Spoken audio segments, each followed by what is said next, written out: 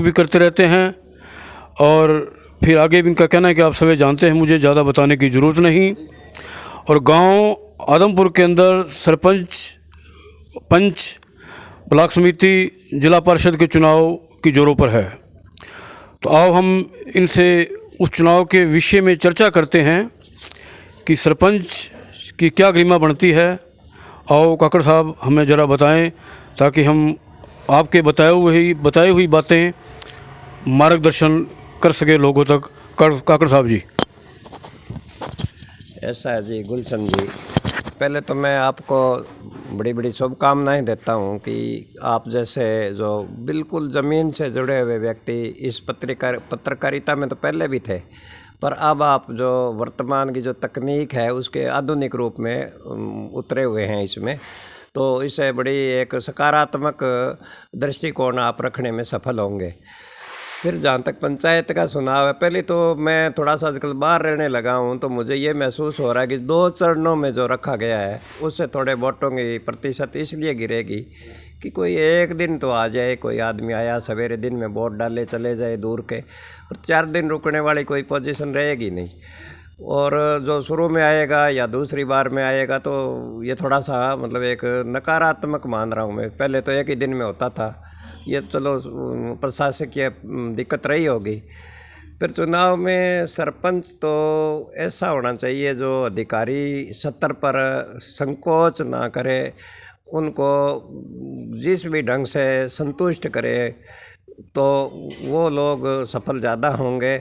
फिर नशा पत्ता आजकल जो जितने अपना दृष्टिकोण नकारात्मक जो बातें गांव में हैं उनसे ऊपर उठकर कोई चलने वाला आदमी हो, वो व्यक्तित्व तो अब नज़र नहीं आ रहे। वैसे देखें तो वैसे तो ठीक है भाई, कोई सरपंच बने वो अपनी प्रतिभा दिखाए, उसके बाद उसका व्यक्तित्व बने, पर पहले से जो कोई हमारे कहते हैं ना स्थापित व्यक्तित्व, उसका थोड़ा सा अभाव है अभी भी आदमपुर में। जहाँ तक मैं समझ पाया हूँ कि अब 4 कोण हैं हमारे उसमें, वैसे कितने भी खड़े हों चाहे, और उसमें अलग अलग हमारे जो प्रतिनिधि प्रत्याशी खड़े हैं, तो उसमें गांव के लोग शिक्षा के हिसाब से भी सोचेंगे, उनकी क्षमता के हिसाब से भी सोचेंगे कि किसकी क्षमता हमारे क्या है कि योजना बनाने में अगर कोई सोचे भी सरकार पड़े पड़े हमें कोई सुविधा दे देगी तो मतलब नहीं। और आप कितनी भी योजना बना लो, अगर उसके पीछे जाके उसका फाइल के पीछे नहीं पड़ते तो भी मंजूरियाँ नहीं आती। तो कोई अकेली राजनीति ही काम नहीं करेगी, सरपंच की क्षमताएं काम करेगी। वो गांव वालों को देखना है कि कौन आदमी कितना का उस क्षमता से कितनी की अपने राशि जुटा पाता है गांव के लिए, और गांव को संतुष्ट करना वो भी उसकी क्षमता में होना चाहिए। सरपंच अगर कोई काम करना चाहे तो गांव के लोग साथ तो लगे। अगर सरपंच कहे ना जी मेरे कन तो कोई आवे ही को नहीं, तो वो जीत भी जाए, किसी भी ढंग से जीत जाए, किसी को किसी गलत तरीके से भी अगर मान लो राजी करके, आजकल कहते हैं कि कोई शराब शरूब की कोई वो बांट के या प्रलोभन दे के अगर बन जाए, वो मैं अच्छा नहीं मानता। थोड़े चाहे वोट आए ना आए, बने ना बने, पर उस धरातल पर अगर आप जाके बनते हो तो उसका लॉन्ग रन में नुकसान है।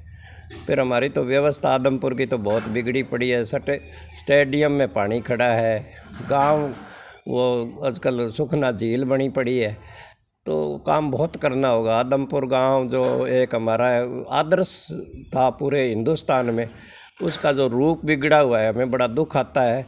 फिर भी आदमपुर का नाम इतना ऊंचा है कि मैं मोहाली में भी रहता हूं, तो वो पूछते थे चुनाव का क्या रहेगा।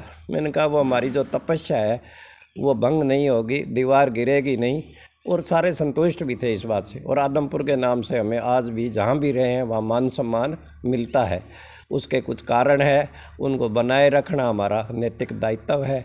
यही मैं तो कहना चाहता हूँ और सभी को शुभकामनाएं देता हूँ कि गलत तरीके अपना के वोट ना लें, और आगे जो क्षमताएँ अपनी उसी को वोट दें जो ढंग से आगे प्रभावी ढंग से बढ़ सके, और हर एक अधिकारियों को और किसी भी रूप में जहाँ जिस स्टेज पर फाइल को चलाना हो वो उसकी दृष्टि में हो, बस यही चाहता हूँ। धन्यवाद।